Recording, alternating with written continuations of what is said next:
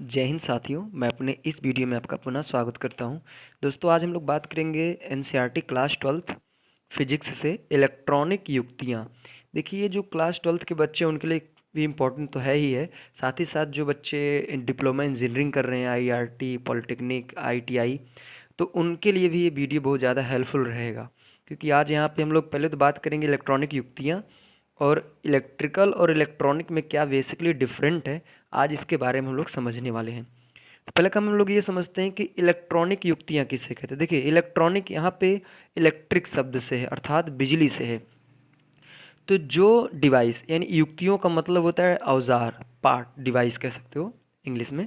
तो जो device electric power से चलती हैं, यानी बिजली से कह सकते हैं चलती हैं, उन्हीं युक्तियों को हम लोग बोलते हैं इलेक्ट्रॉनिक युक्तियाँ। ठीक है। तो उम्मीद करता हूँ दोस्तों इलेक्ट्रॉनिक युक्तियाँ क्या है समझ में आ गया होगा। तो इसमें हम लोग इस चैप्टर में काफ़ी कुछ पढ़ेंगे, जैसे डायोड के बारे में पढ़ेंगे, ट्रांजिस्टर के बारे में पढ़ेंगे, रेक्टिफायर के बारे में पढ़ेंगे। तो ऐसे बहुत सारी डिवाइसें हैं जो इलेक्ट्रिक पावर से चलती है, यानी इलेक्ट्रिकल एनर्जी से वो चलती हैं, काम करती हैं। तो जो भी डिवाइस, जो भी यंत्र इलेक्ट्रिक पावर से काम करते हैं, इलेक्ट्रिक ऊर्जा से काम करते हैं, उन सारी की सारी डिवाइसों को हम लोग बोलते हैं इलेक्ट्रॉनिक या इलेक्ट्रिकल डिवाइस। तो आइए दोस्तों, अब हम लोग बात करेंगे कि इलेक्ट्रिकल और इलेक्ट्रॉनिक में बेसिकली क्या डिफरेंट है।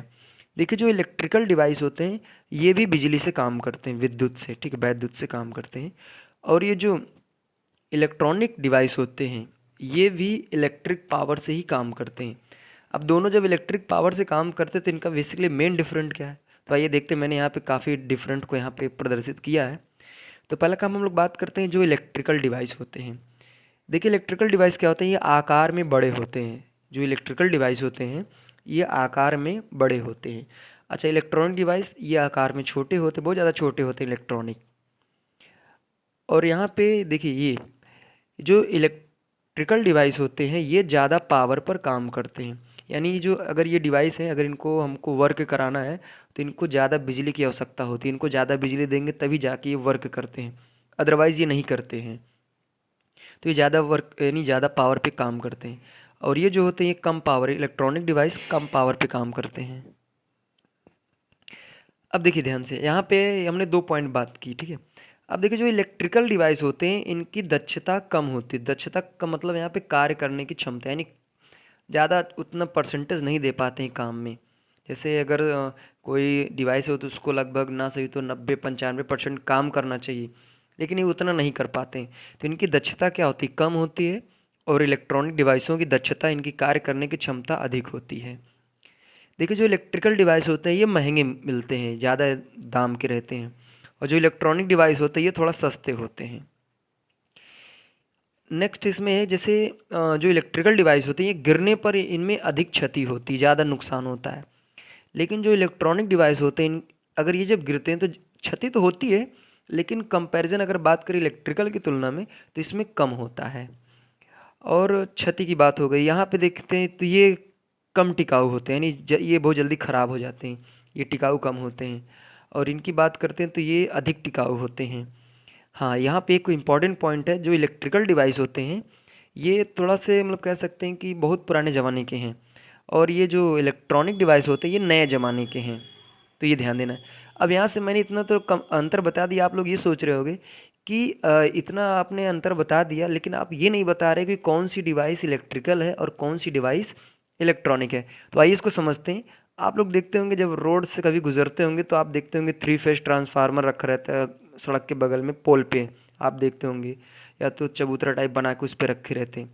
तो जितने भी बड़े जैसे ट्रांसफार्मर, 3 फेज ट्रांसफार्मर हो गया, आप देखते होंगे जो हैंड पंप की जो मोटर होती है जिससे पानी निकाला जाता है, आप देखते होंगे कि जिस दिन अगर लाइट कम रहती है, यानी अगर पावर कम रहता है, तो देखते हैं वो मोटर काम नहीं करती। कारण क्या है, वो ज़्यादा पावर पे काम करती है।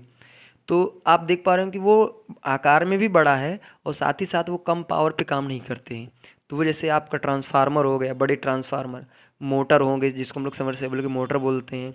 और भी जो बड़े बड़े डिवाइस होते हैं, आप देखा करो जो 100 वाट का जो पीला वाला बल्ब होता है, वो क्या होता है, जैसे लाइट जब कम रहती है देखा करो ये वो ज़्यादा पावर से नहीं जलता है, और जब लाइट फुल रहती है तो वो ज़्यादा पावर से जलता है।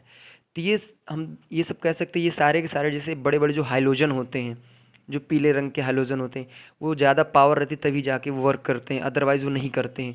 तो ये सभी इलेक्ट्रिकल में आते हैं। अब बात करते हैं इलेक्ट्रॉनिक में, तो सबसे अच्छा एग्जाम्पल तो आपका आ जाता है मोबाइल।